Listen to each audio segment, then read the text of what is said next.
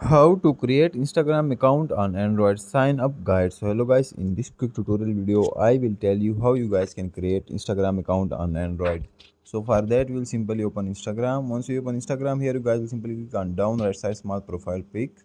Once we click here you guys will see on top your username. If you don't have account, you guys will simply click on add Instagram account.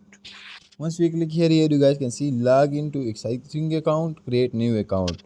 Also, if you didn't log in any account, you guys will see login to existing account, create new account. Simply click on create new account. Once we click here you guys will wait for some seconds. Now here it will say create a username. So simply create a username. So for example, I will simply choose my username. After that, click on next.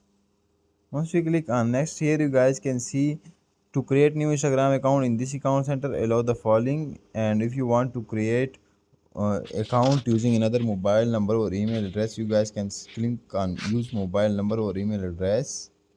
Now here you guys will simply create password, and after that you guys simply click on next, and you guys will ask for your birthday, so give your birthday date etc. And after that, in some devices you guys will need to give email or phone number, and in some devices your account will be created automatically. So that's how you guys can do that. Thanks for watching.